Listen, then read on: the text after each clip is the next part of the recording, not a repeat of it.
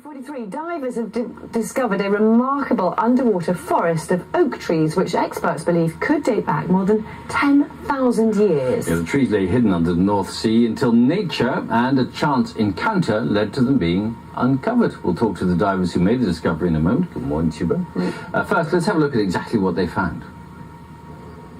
It's thought that the submerged trees were exposed in the storms and tidal surge last winter. The ancient forest is actually really close to the shore. If you look behind me, see that mast sticking out of the water? That's a First World War wreck. That's about 200 metres from the beach, and the discovery was made just a bit further out to sea. I set off north and I'd actually been swimming for about 15 minutes before I came to anything, and it's just this enormous, great, almost a standing wave of black stuff in front of me, and it took me a while to work out what it was, and it was actually just wood shaped like a wave. But unfortunately I was just on the point of turning to come back, so I didn't have a lot of air left. I was really lucky. I just clipped the very end of what we know is there now. If I'd been 3 or 4 metres to the right, we'd never have seen it at all. I'd just come back and said it's just sand. Wow, that was Dawn Watson, and Rob Spray, fellow diver, is with us as well. Good morning to you both. Well, congratulations. It must have been a thrilling discovery to make. It was absolutely fantastic. Just so unexpected after so much sand. So just explain to us, you were swimming along, why did you go in that direction? You say it was just by chance that you happened to see it. Well, we were officially diving on the little wreck that's just off the shore there, yes. But it was a really rough day and couldn't see very much. We were just getting sort of thrown around in amongst the wreckage, so just thought, well, if we go north out to sea a little bit, it'll get deeper, yes. And the surge will go off a bit, so really just to get a bit of a rest from the waves. How much of it is there out there, in fact? How many trees, so to speak?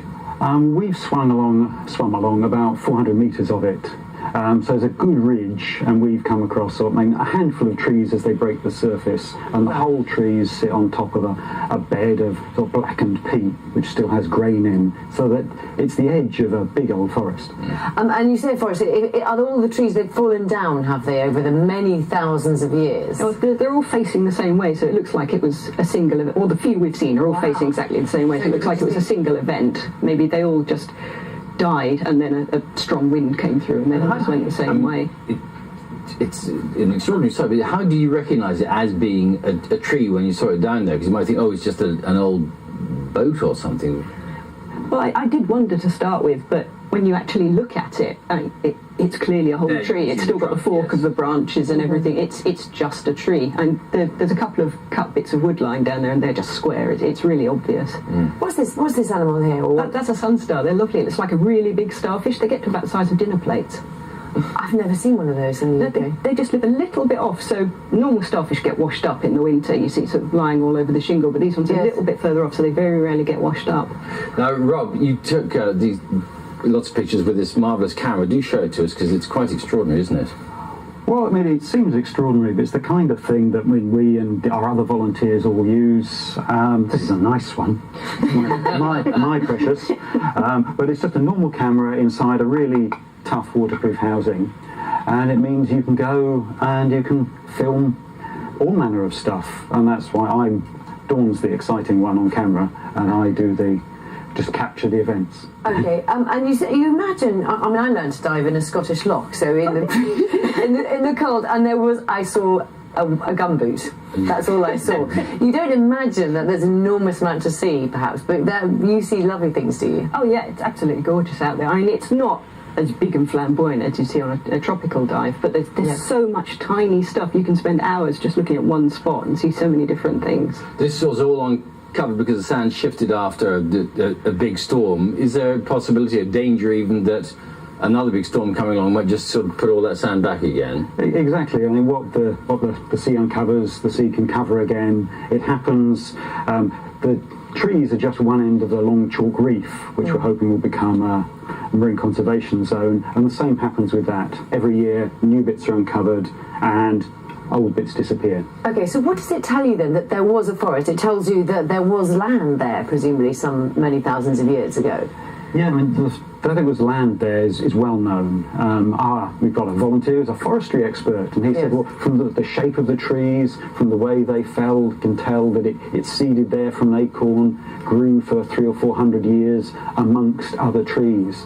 So it was a massive forest that had existed probably for thousands of years, just uninterrupted, and then inundated when the ice caps melt. It was killed by the flood, and then they've fallen down on top. Not the easiest sort of stuff to get at. Are experts trying to do some more research on it? We've got a couple of geologists who are very interested in sort of trying to work out a date for it and sort of how it relates to the other things around there. But we only discovered it in the summer, so not a lot has gone on with it yet.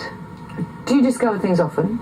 Or just only randomly go for swims, or is this an unusual event for you, is it? Well, a couple of years back we did find a sponge, which is it's a lovely purple sponge, and it's everywhere out there. Yes. And didn't really pay it much attention for ages, and then casually mentioned it to a friend who's an expert, and she said, "Oh yeah, that's new to science." And new to science, and it's all so there's It's so much everywhere out there that we and don't know. apparently nowhere else off Britain. Nobody's ever. I keep asking on Facebook groups and things, and nobody's ever come back and said they've seen it anywhere else. Well done.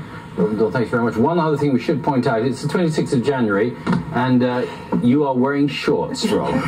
I said I'd only do nudity if the park justified it. Yes. Does he wear shorts all the time? He does, yes. Okay. In fact, this is quite well clothed. I feel bad. I should have mentioned the scallop that I saw as well in the lock. Thank you. Thank you very much. Thank you. Thanks.